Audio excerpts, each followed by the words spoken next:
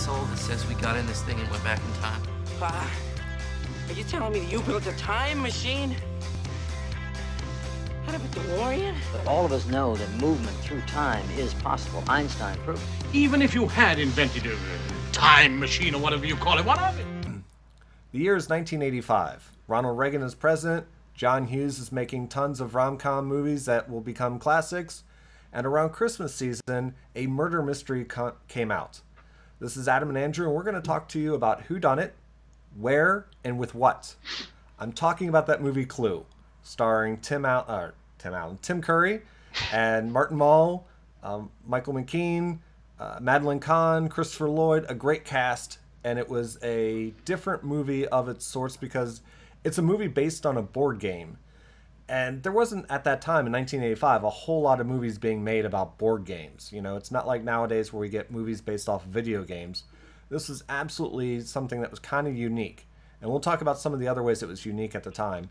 Now, I've watched this hundreds of times. This is one of my favorite movies to watch.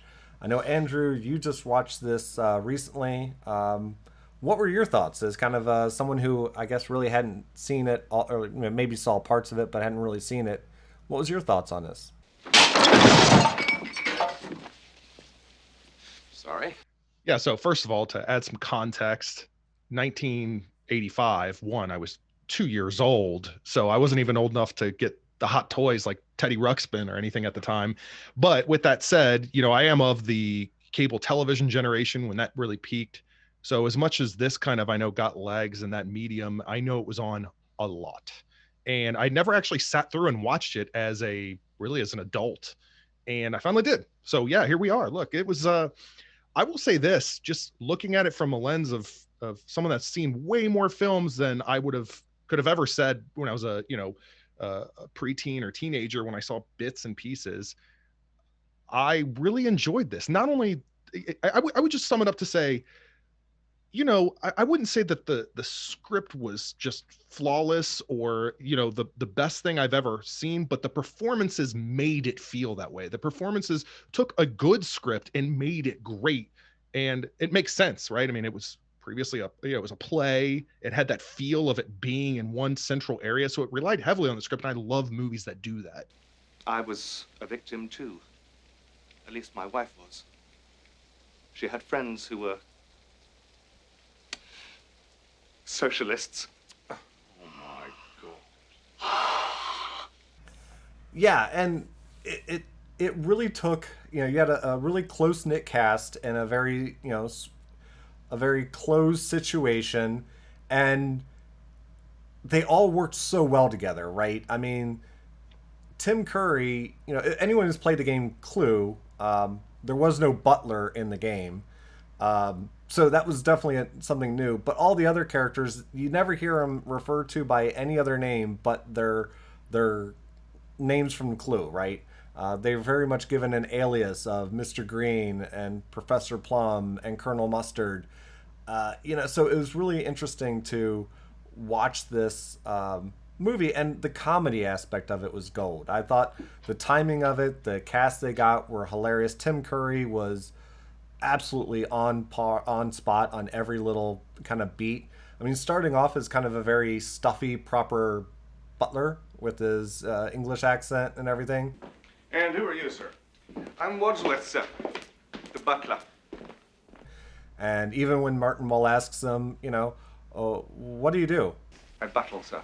It was just so great, yeah. The little things. I wanted to quickly comment that when I say the performances, Tim Curry was obviously the standout for me. I mean, everybody had their moments. Everybody had some great lines, but within the first 10, 15 minutes, I was like, oh, this better have a lot of Tim Curry because he is absolutely delivering. And is this the right address to meet Mr. Body? Oh, you must be Mr. Green. Yeah. Sit! No, not you, sir. Yeah. I mean, just the mannerisms, just how physically, as much as he is stiff, he moves physically quick, from his mannerisms to the way that he kind of shakes things off and absorbs things and reacts to them. It's very jolty for as stiff and, and deliberate that he is with his acting in this role. And he does that a lot. I feel like in other roles, he's kind of been that stiff character, in various roles that he's had since then. I didn't realize it until I was mid watching it. Like, this is really the biggest role he had in his career up to this point. And he kind of made a career out of playing this type of character, whether it was directly done that way or not. And it was fantastic. Well, I mean, I can't really say how big of a cult following by 1985 a Rocky Horror had at that point. Right. You know, this certainly showed a whole nother aspect of him. And he was doing a lot of different stuff, whether it was, you know, Rocky Horror stage, whether it was Clue, or whether it was being Darkness and Legend with Tom Cruise. I mean, he was doing a lot of different stuff, and really branching himself all over the place. So he was absolutely, you know, just perfect for this role. And I thought what was great with this movie was the fact that it starts off trying to be very serious, with except for the dog poop, you know, trying to be very serious in a lot of it. And we get each of the characters introduced, you know, Christopher Lloyd, you know, who at the time was also coming out in Back to the Future. So we got him playing, you know, Professor Plum, Martin Mull playing Colonel Mustard, Michael McKean playing Mr. Green, Madeline Kahn playing Mrs. White. You know, you had such a great cast that just all of them were great doing comedy. And they all work so well together. And they're brought here because apparently they're all being blackmailed by Mr. Body. And things go kind of south real quick. They're each given by Mr. Body a weapon. And we see all the classics. If you played the game, rope, candlestick, revolver, lead pipe, all, you know, a dagger. All the stuff is kind of given to them with the idea that one of them kill Tim Curry's character. And that's not how things go. And we think that Mr. Body's been killed. And that sets off the whole string of events. Like, oh my God, who did it? You locked me up with the murder, you idiot! And it was so great that they set up like the first half to, you know, 3/4 of the movie, just killing off some of these other supporting characters. The cook, the maid, a motorist that shows up, you know, a cop, you know, and they kill all these people. And you're not really sure who actually did it. I didn't do it! Somebody help me, please. Somebody help me, please! And it's not until after all that, you know, Tim Curry's character goes from the kind of straight-laced butler to the, okay, I know who did it. Very well. I know who did it. You do? And furthermore, I'm going to tell you how it was all done. And we start to see kind of the mayhem of him trying to walk everyone through the night of how it happened and who did it. And it was you? Yes? I asked you for your coat, and I recognized you as Colonel Mustard, and I prevented you from telling me your real name because I didn't want any of you to use any name other than your pseudonym, and I introduced myself to you as the butler, and I ran across the hall to the library. Probably, it was fantastic. We keep talking about the performances in this film and his performance, but that stood out to me as well. His whole sequence that he went through, the way that he jumped from room to room, his rapid fire delivery of it, it all just had escalated at that point. And I was really again, his performance, so good. And a crash of lightning. And to make a long story short, Too late! One by one you all arrived. And I didn't see it in the theater. I saw it on HBO or VHS, one or the other. And so when I saw it, it had 3 possible endings pretty much of how it was done. But in the movie theater, what I found so fascinating reading up on this movie was in the movie theater, they put out the different endings in different theaters. So you might go see it in one theater and you saw one ending, and then someone seeing it across town goes into another theater and gets a different ending. It was like a way of keeping people from spoiling the movie, because what you saw how it ended may not be how someone else saw it ending. So the 3 endings were actually played individually when they were released in the theater. And when they brought it home onto VHS and HBO, that's when it's like, okay, we're gonna meld all 3 of the endings together, and the 2 of them become this is how it could have been done, with the final one being this is how it actually was done. And it was just the manic way in which Tim Curry goes through in all 3 cases the explanation of how people did it. Mrs. Peacock took a drink. You said, maybe it's poisoned. She screams. We took it in the sunlight. Mr. Green Well, I had to stop her screaming. Was fantastic. I mean, he was just throwing Michael McKean around as he's using him as Mr. Body. The murderer was in the secret passage. Meanwhile, Mr. Body been on the floor. He jumped up. Chasing him out in the hallway. Mr. Body followed us out of the study into the hall looking for an escape. The murderer crept up behind him and killed him. And, you know, Mr. Green stands up like, Will you stop that? No. Then he threw him into the toilet. you know, it was just such great physical comedy. And all the performances, like Madeline Kahn as Mrs. White, when they're talking to her about how she killed her previous husbands, or how her previous husbands supposedly disappeared. But he was your second husband. Your first husband also disappeared. But that was his job. He was an illusionist. But he never reappeared. He wasn't a very good illusionist. Were hilarious also. I mean, she was already well known as a comedic actress, whether it's Blazing Saddles or any other number of things. But she did such a brilliant performance. Actually, one of the things I read was the part in the movie where she starts going, Yes, I did it. I killed Yvette. I hated her so much. Flames on the side of my face, heaving breaths. Apparently that was ad-lib. Yeah, obviously fantastic. And I remember her from Mel Brooks films, so that's why I immediately was like, oh, she's going to be great. You know, Martin Mull was great playing that kind of, he kind of played more of a straight man, you know. Are you trying to make me look stupid in front of the other guests? Don't need any help from me, sir. That's right. And, you know, Professor Plum, Christopher Lloyd did a great job with that, you know. Somebody tried to grab the gun from me in the dark and the gun went off. Look, the bullet broke that vase on the mantle. Oh, sorry, here's me. He did a great job. I got to say something about Professor Plum now that you mention it. I was thinking about this, like, I don't think you get away with that guy anymore. Like immediately he's like just physically grabbing women's asses and just being an absolute creep, and like almost uncomfortably by today's standard. You're like, I get it was the 50s and I get it was filmed in the 80s, so there's a lot going on there compounded. But I was just like, he's holding up that film strip like, Oh, no. Nobody can get into that position. Sure they can. Let me show you. Get off me. yeah. Right. And the whole reason, you know, he was being blackmailed was because apparently he was a psychiatrist who was having an affair with one of his patients. But you don't practice medicine at the UN. His license to practice has been lifted, correct? Why? What did he do? You know what doctors aren't allowed to do with their lady patients? Yeah. Well, he did. Which actually, I don't know if you knew this, the singing telegram who was the patient that he was having an affair with. Da-da-da-da-da-da. I am your singing telegram. Was actually one of the band members from the 80s band The Go-Go's. oh, wow. Yeah, she was one Did of the not know that. Yeah, she was one of the guitarists from The Go-Go's. I thought that was kind of interesting, little factoid there. You know, if that was made today, you know that'd be like a direct-to-streaming type movie, right? I mean, that wouldn't have been something that had been in the theaters most likely.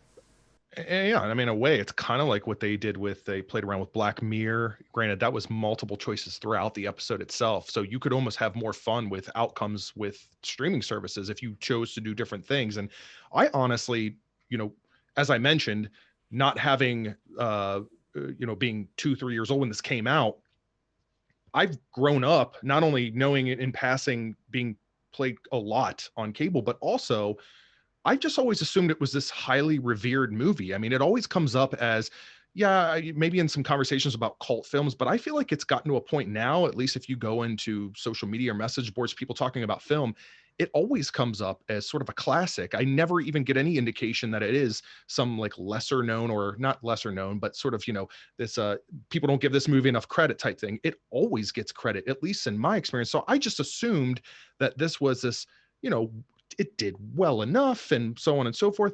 I did not realize that really we talked about the 3 different endings that kind of backfired as far as a marketing ploy, to the extent that people didn't know what ending they were going to get. So they just decided to not see it.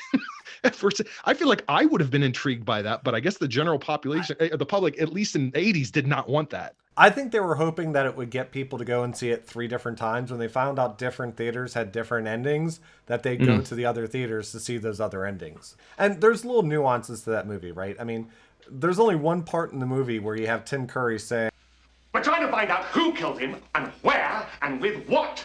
Which is like the whole premise of the board game by itself. But that's only really stated one time in the movie. Or the other part where you have Mr. Green saying that the reason he was being blackmailed is... I work for the State Department, and I'm a homosexual. And Tim Curry immediately goes to the notes like, wait, I didn't read that. And then you get in the final ending, him going... I'm going to go home and sleep with my wife. He was like an undercover agent, according to that ending. That line, that him dropping that line at the end of that after everything that I'd seen, I busted out laughing at that because it sounded so defiant and almost just irritated with the whole event, irritated with the guys, probably to some degree being the 80s and certainly being based in the 50s, probably irritated that he had to play a gay man as this character, right? I'm not talking about the actor, I'm talking about the actual character playing a gay character.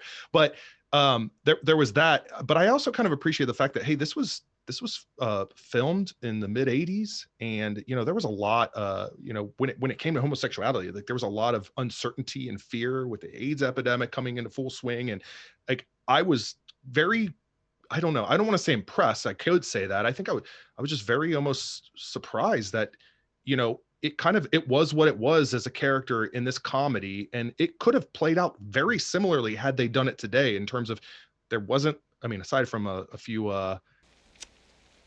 I feel no personal shame or guilt about this. It was definitely a fun, I do agree that it was great that they did that. But tying that together, the other ending I liked was when Miss Scarlet did it and they're arguing over how many bullets are left in the gun. Oh yeah, that was good. 1 + 2 + 2 + 1. There was only one shot that got the chandelier. That's 1 + 2 + 1 + 1. Even if you were right, that would be 1 + 1 + 2 + 1, not 1 + 2 + 1 + 1. Okay, fine. 1 + 2 + 1. Shut up! I'm sure there are debates even to this day over who prefers what ending, right? I would assume. I haven't gone on social media and looked up Clue and whatever, but I'm sure there are debates even to this day, people saying which one's the best.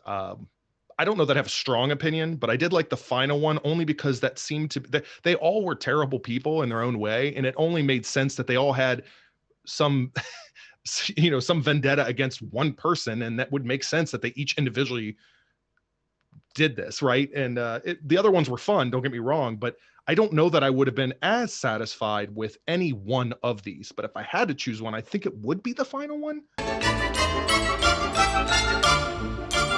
Well, the final one makes the most sense as far as bringing it all together. Like you said, everyone had played some part. And it also, to a certain extent, when he goes through the whole early part of it, of how the cook and Yvette and Mr. Body and all them died, and he starts talking about, like, people who weren't in the room, it makes you actually want to go back and go, wait, were they not in the room? Because you're so focused on what's going on, like Tim Curry's character and whatever the main focus is, you're not actually paying attention to like who all is in the room at that given moment. So it does make you almost want to go, wait, were they not in the room? Did I miss that? But one of us wasn't here. No.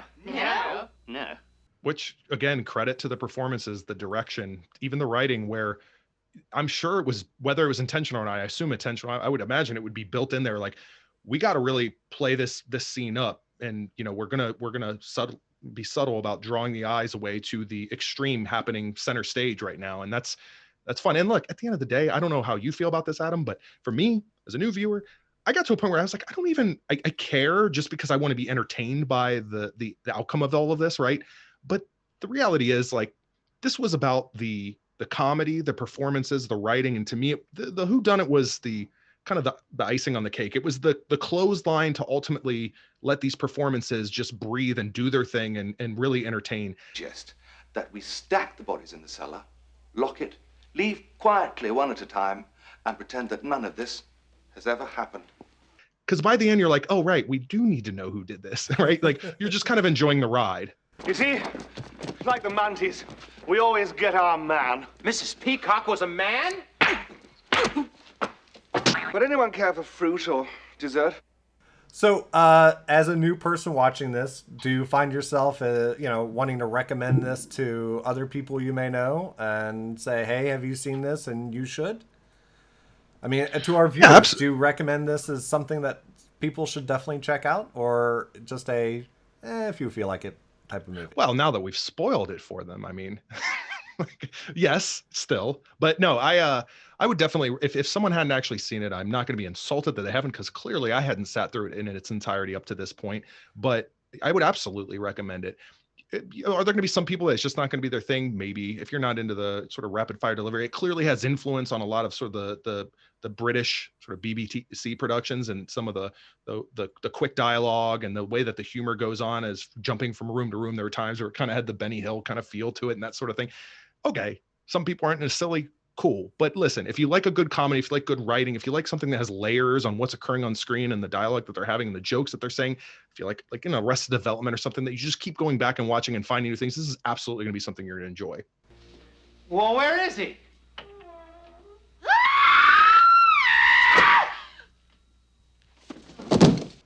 Yeah, I don't know how many times I've seen it, and I will continue to watch it again and again whenever the mood strikes, because it's a fun movie to watch. It doesn't take itself too seriously. It is what it is, and it's so much fun to actually watch. So, and it's what, 25-year anniversary? 35. 35, right? Okay, right. That would only make sense. I said I was 2 in 1985. Yeah, you're not. You're getting a little bit older than that. So yeah, it's 35 years. Came out December 13th, 1985, which seems like a really odd time for this movie to come out, like Christmas season. But that could have been another one of its bad ideas. Who knows? I think this might have. Who knows? Maybe it would have done better in like an October or September type of time frame. With the old mansion, the storm. Who knows? But it does have a bit of a fall feel. I get that. Yeah. So this is our throwback review, 35 years after it came out. Clue. If you like this video, certainly give us comments and like and subscribe and all that good stuff that we always tell you about anyway. And if you have recommendations, let us know. We'd love to hear if there's other throwback reviews that you'd like to see. And definitely check out our other stuff that we have, as far as our Mandalorian reviews, our Warrior reviews, our reactions, things like that. We hopefully really soon will have a Wonder Woman review for you, since that's coming out in a few days. So keep coming back and check us out, and we look forward to seeing you next time. And as always, this is Adam and Andrew with It Takes Two Takes. All right, who done it? You did it. They all did it. But if you want to know who killed Mr. Body, I did. In the hall. With the revolver. Hey everyone, Andrew with It Takes Two Takes. We're playing some royalty-free music, so don't even bother Shazamming that one. We got videos over here I think you're going to enjoy, and there's a button over here I'm going to enjoy. Let's make this all work together, right? Please subscribe. Check out what else we have going on. Thanks for watching.